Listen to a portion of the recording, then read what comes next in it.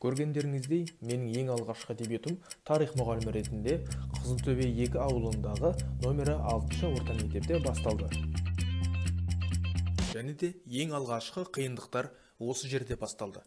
Түсінікті болу үшін өткенге оралайық.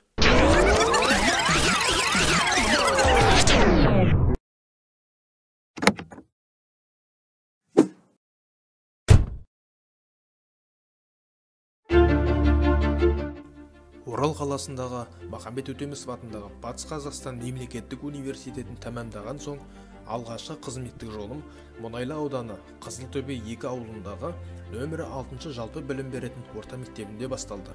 Адамның адамгершілігі жақсы ұстаздан демекші, ұстаздық жолды таңдауыма мектеп табылдырғанда ұстазым көп әсер етті.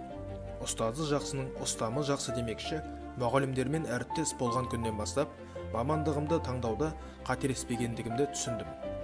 Мұғалімдіктің қызығы мен шыжығын сыртта естіп келген мен, кез келген жаңалықтар, ұжымдық жиналыстар мен қоғамдық жұмыстарға қызығушылықпен атсалыса бердім.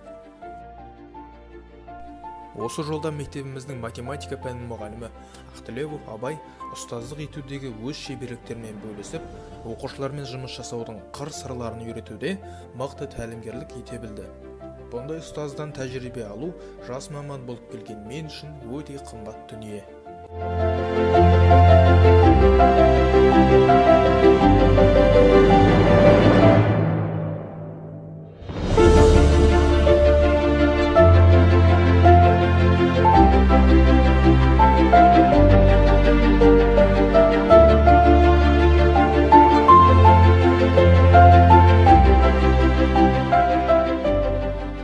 Мектеп жұмысына етене араласқан соң, нағыз қиындық енді басталды.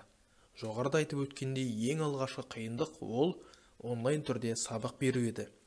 Көзімізден от шашып, міне, енді ғана 4 жыл оқыған білімімді шашамын дегенде, оқтаулы мылтығым атылмай қалды.